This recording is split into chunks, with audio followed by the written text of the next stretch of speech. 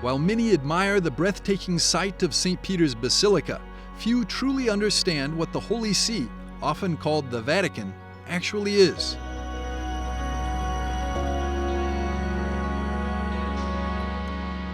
Even fewer realize that the Holy See is distinct from Vatican City-State, the tiny 44-hectare territory, the smallest country in the world, where the Holy See carries out its mission.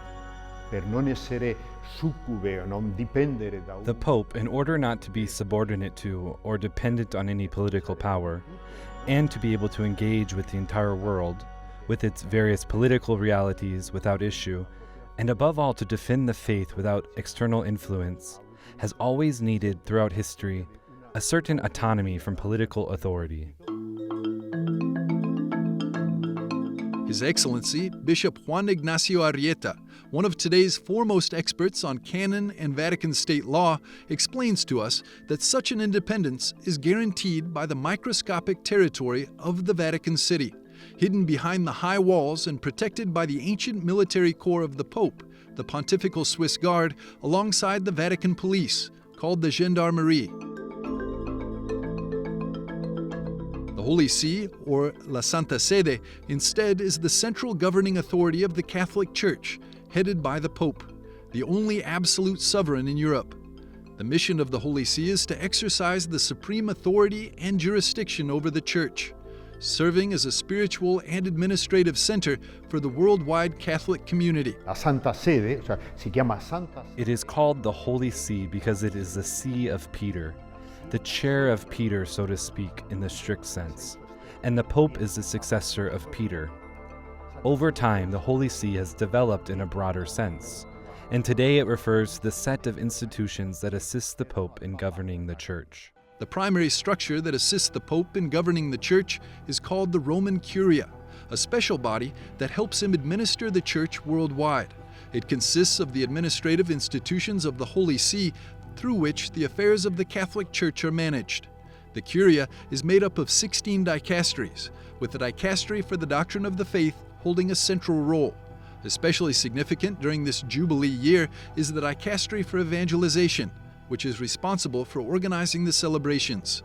Other institutions within the Roman Curia include the judicial bodies, the Apostolic Penitentiary, the Roman Rota, and the Apostolic Signatura, as well as economic offices led by the Secretariat for the Economy. There are also various other offices, such as the Office for the Liturgical Celebrations of the Supreme Pontiff.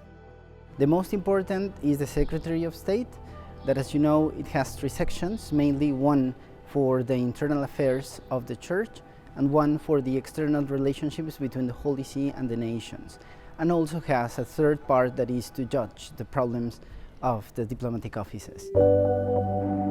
Working in close cooperation with the Secretariat of State are 16 dicasteries, each headed by a prefect, assisted by a secretary and an undersecretary.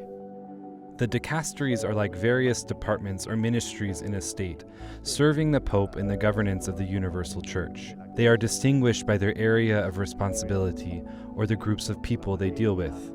For example, the dicastery for bishops, the dicastery for the clergy, the dicastery for the causes of saints, and so on.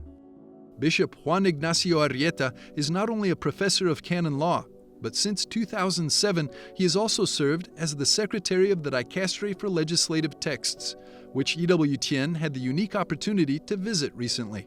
Located just off St. Peter's Square, this dicastery handles matters of canon law from across the globe. It is a legal system that is present and enforced across all 5 continents and in every culture, and it must interact with very different state legal systems, such as those of the United States, the Philippines, and India. This is the distinctive feature of this church law, which is very flexible and serves to engage with different realities while remaining consistently effective across very diverse cultures. The Holy See's influence reaches far beyond the Vatican and Rome.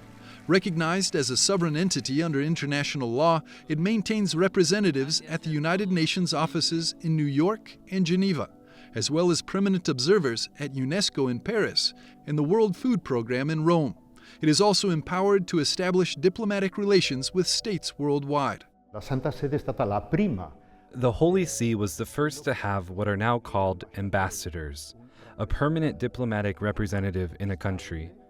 At the end of the 15th century, the Holy See had representatives accredited to the King of Spain and to the Doge of Venice. davanti al Doge di Venezia. Today, the Holy See maintains diplomatic relations with over 180 states and has nuncios stationed around the world.